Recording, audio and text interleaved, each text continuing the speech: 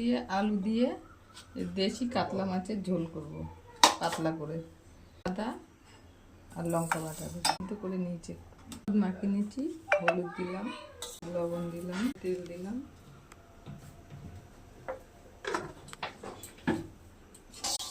ততক্ষণে মশলাটা গরম হয়ে গেছে, মাছগুলো দিয়ে দিচ্ছি। মাছগুলো দেশি মাছ।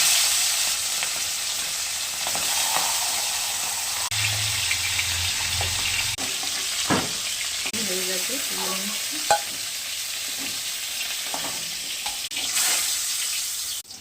মাছ ভাজার তেলে অল্প তেল, একটা শুকনো লঙ্কা, আলু দিয়ে ফোড়ন, চাল কুমড়োগুলো দিয়ে দিলাম। ভাজা হলে তারপরে মশলাটা,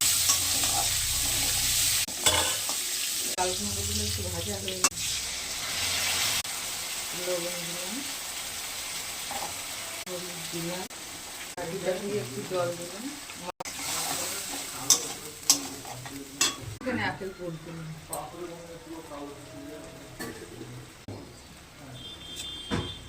সিদ্ধ করে রাখা আলুগুলো দিয়ে দিলাম।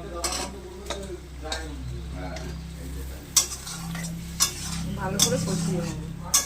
ঠিক আছে, এবার গরম রেখেছিলাম, গরম জলটা দিয়ে দেবো, দিয়ে ঢাকা দিয়ে দেবো। এগুলো সিদ্ধ হয়ে গেছে, এবার মাছগুলো দিয়ে দেবো।